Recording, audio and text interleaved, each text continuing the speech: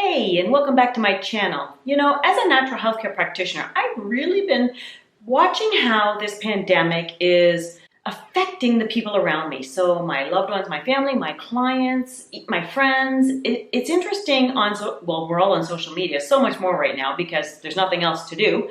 But what I'm finding is how this is really affecting people and all the different sort of stages that we're going through. And it really got me thinking that, this really kind of reflects like the 6 stages of grieving, if you will. But I sat down and I really divulged what a pandemic does to us and how it makes us feel and how we react to it and how we get stuck maybe in certain stages. I know a lot of people are really stuck in stress and overwhelm right now. And there are stages that we're going to have to go through if we're going to recover and get through this in a healthier, sort of more sane way. So I thought today I would share a video and show you my insights into the stages that we are going to go through with this pandemic. And you can check what stage are you at. Maybe if you're stuck, some great tips and techniques for you to get unstuck from that stage so that you can move on with grace and ease. And remember that if you are feeling right now like you have no control and that you're a victim right now in life, and especially with your health and your healthcare and how you feel on a mental, emotional, as well as physical level, make sure you ring the bell and subscribe and stick around so that you don't miss another great video every Tuesday, where I share with you my 35 plus years of experience with helping people take back their healthcare through greater self-awareness.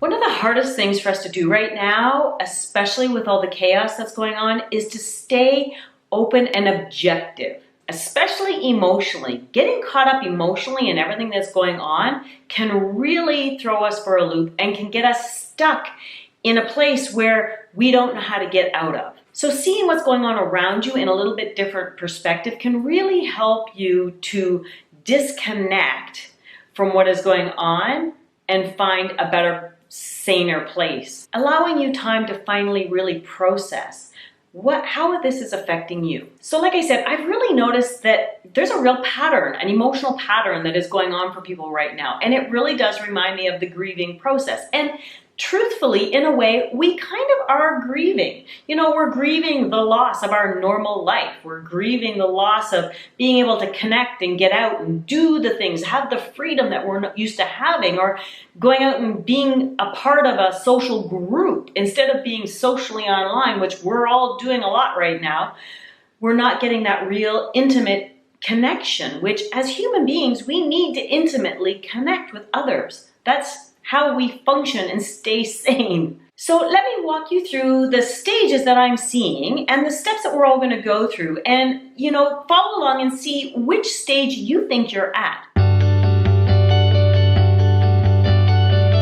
So of course, stage 1 is shock. Anything. When this first came out, a lot of us were kind of shocked that this was going on. And at first, of course, like all shock, we kind of live in denial about it. We're like, no, it's not really, this isn't happening, it can't be happening. This is kind of weird. No, I don't believe it's gonna happen. Like, shock is always the first stage of everything, and sometimes we can just get stuck there. We can still be in shock and denial that this isn't actually happening. And sometimes we stay stuck in shock because it's far too overwhelming for us to deal with, so we just shut it down. And if you really are still stuck in denial and shock, which some people are, then here's how to get out of it. So I want you to remind yourself that just like everything in life, things happen for a reason and that things will move along. Nothing stays the same, ever. We are always in process. And this too will finish and process and move on, and we will come out of this. And we will be stronger, because that's what life does, is it throws us these battles so that we can overcome them by dint of our own effort, and be stronger and wiser once it's all said and done. And of course, the second stage is fear and anxiety and overwhelm and worry. It's different than shock. It's basically where most people are still stuck right now, is this whole fear mongering in the news that, and that yes, people are succumbing to this, just like they succumb to the flu every year and to pneumonia every year. I had to laugh at the ad the other day on the radio. It's like, COVID COVID-19 can kill. Yep, a lot of things can kill, and every year, a lot of viruses and bacteria kill people. And I'm not downplaying this. It is like pneumonia on steroids. If you have lung issues and you have autoimmune issues and you have weak immunity and you're already struggling with other things and then you get it, this could do you in. I'm not denying that. However, as an individual, I can't sit in fear and worry of what if. If you're struggling in fear and overwhelm right now, then really take some time to stop watching the news right now. Just focus on yourself. Like I said in the last video, there are some great exercises in there that just can help you stay more sane and grounded right now, so go back and watch that video. And if you want to keep up to date with what is going on with this pandemic, then of course, find though the websites where it's just statistics. So a lot of the WHO and CDC, they have their own websites that just show you the actual stats of what's going on, not their predictions, not the news and the media that ramp it all up because that's how they sell, is to make it all crazy so that we want to watch it. But you know what? Don't do that. Just follow rational statistics, find the real facts, and only stay with those so that you're aware of what is going on, but not getting caught up in it. And then the third stage is really grief, and I'm starting to see people that are there right now. So grief, of course, because once we get out of that overwhelm phase, then we realize that, I'm sad. I'm sad for the people that are being harmed. I'm sad for myself, for my loss of my normal life. I just feel sad, and it's so unfortunate, and it's heartbreaking, and I get it. And so, allow yourself to be sad if you feel sad. And once you're in this grieving stage, like I always say, honor the emotion. Recognize that this is where you're at and go, okay, I'm going to let myself feel and be a part of this and let myself really express how I'm feeling. So honor that grief. However, do not stay stuck in it. Don't wallow in that grief. Don't get so caught up in it that it overwhelms you and then you can't get out. Because then what will happen is you get into possibly another stage, which is depression, which I'll talk about. And depression and getting stuck there is not a good thing. So let yourself feel the grief, be sad, be empathetic, but then let it go. Because once you let your grief go, once you've honored that, you're going to go into the next stage, which actually a lot of us really don't like. And we often deny this stage, but it's a really important stage. It's anger. Anger and frustration. And makes sense. So if you're feeling angry and frustrated right now, that's a good thing. And say, yay for you. Because here's the thing, anger is a powerful self-motivator. It's that emotion that allows us to protect ourselves and to free ourselves from victimization in life. And if we don't allow it, if we deny that we're angry, which many women do, and some guys, I've had some men clients who have a lot of repressed anger, but women in general have been taught, sadly by society, that we're not allowed to be angry. However, when we stuff that inside, it can become so many bigger problems and bigger physical problems. So if you are in grief, let yourself get into anger. So let yourself be angry about your loss of freedom, all the horrible things that this is doing to people. Like really let yourself express the anger, but in a safe way. Don't harm somebody else with your angry, horrible feelings. Feel them, but honor them without hurting somebody else. That's the key to true anger expression and release. And I'll share this. I actually use this all the time with my clients because so many of us deny our anger, but it's so important for true healing to happen to allow yourself to be angry about whatever has victimized you and suppressed you.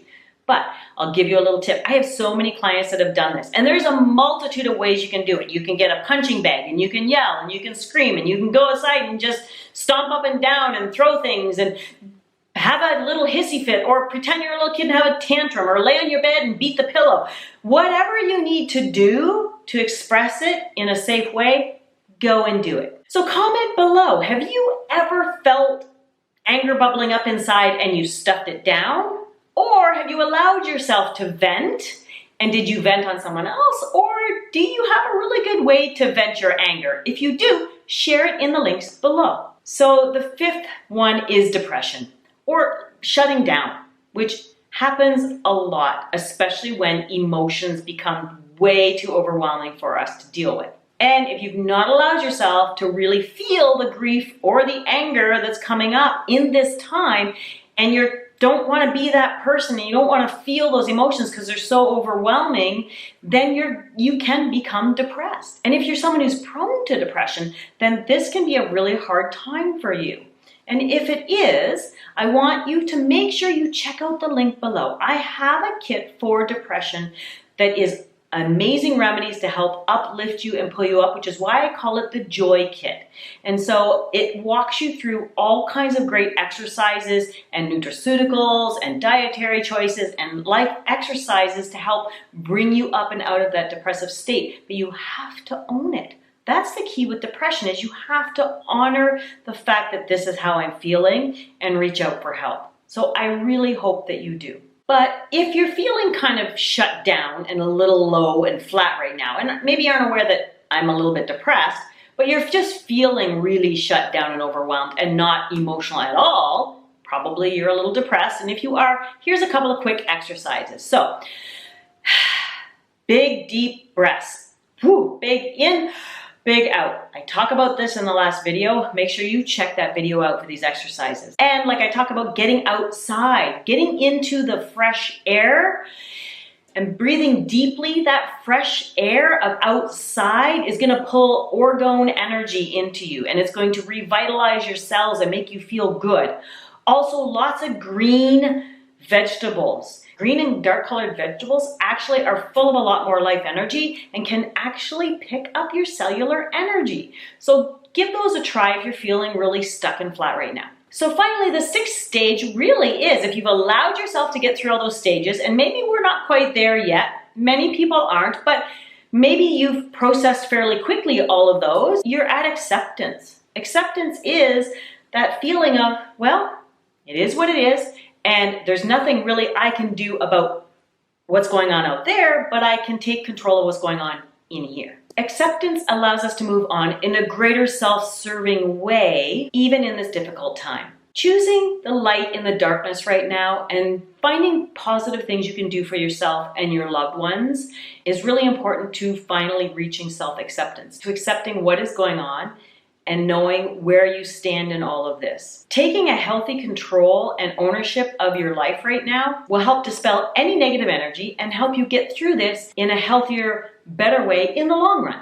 And final word of advice is to remind yourself every day right now that, well, you're okay, that you're fine, your loved ones are fine, and if they're not, remember that you can only control you. You can only take care of you, unless you have children, little children, and of course as a mom you have to take care of them and get them through this. However, remembering that if you have a friend or a loved one who is struggling with this right now, offer them advice, offer them support, do what you can to help them, but remember that you can only truly help and take care of yourself, and that they ultimately have to get through this, and that you will offer what you can. And that's all you can really do. So in order to get through all of this and accept and understand that this is where we're at and that you're okay is really all you can do at the end of the day. If you're looking for something different to do right now, then make sure you pick up my free report below on the 2 biggest lies that you're fed about your digestion. Because you'll be really surprised at some of the things that you might believe about digestion. And even if you don't have any major digestive concerns, you'll want to read that report, because there are some very important steps in there that you can take to safeguard your digestion, which affects everything else. If you haven't been following my videos, make sure you go back and watch all the digestive ones. How vitally important your digestion is to your overall health, and not just your physical health, but your mental and emotional well-being as well. So hopefully you've gained some really interesting insights into the stages that we're all going through right now. And if you have, comment below, hit the like button, share with your friends that maybe you're struggling with their emotional well-being right now. And to help you even better right now in this difficult time that we're struggling through, make sure you hop on over and check these other 2 videos out on how food affects your thoughts and how stress affects your immunity through your digestion. For the rest of this week and until next week, remember, be authentic, be empowered, and own it completely. Bye.